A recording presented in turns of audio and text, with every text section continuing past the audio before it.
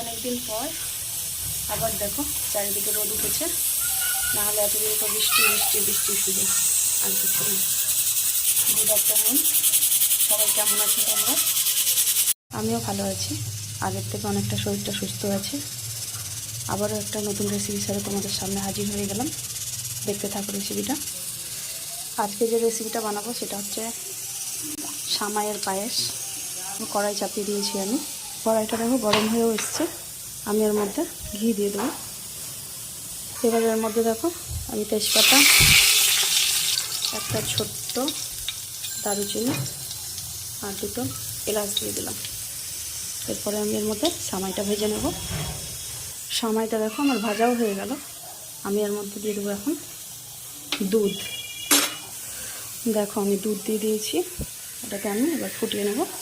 দেখো দুধটা ফুটে এসছে, আমি এর মধ্যে এবার চিনি দিয়ে দেবো। এখানে কিছু দেখো ড্রাই ফ্রুটস আর নারকেল করা আছে, আমি এটাও কিন্তু এর মধ্যে দিয়ে দেবো। এটা অপশনাল, যে যেমন ইচ্ছা ড্রাই ফ্রুটস দিতে পারে। কিছুক্ষণ পর আমি আবার চলে আসলাম সামাইয়ের পায়েসটা দেখতে। দেখো পায়েসটা কিন্তু ঠিক হয়ে গেছে মোটামুটি, আর আমার এরকমই দরকার, কারণ ঠান্ডা হলে সামাইয়ের পায়েস তো একটু ঘন হয়ে যায়, তাই না? তাই জন্য আমি এরকমই পাতলা নামিয়ে নেব। তাহলে সামাইয়ের পায়েসটা নামিয়ে আমি সার্ভ করে দেখাচ্ছি। দেখো সামাইয়ের পায়েসটাও আমি কিন্তু সার্ভ করে নিয়ে চলে এসেছি। চলো আজকে এখানকার মতোই শেষ করলাম, টাটা।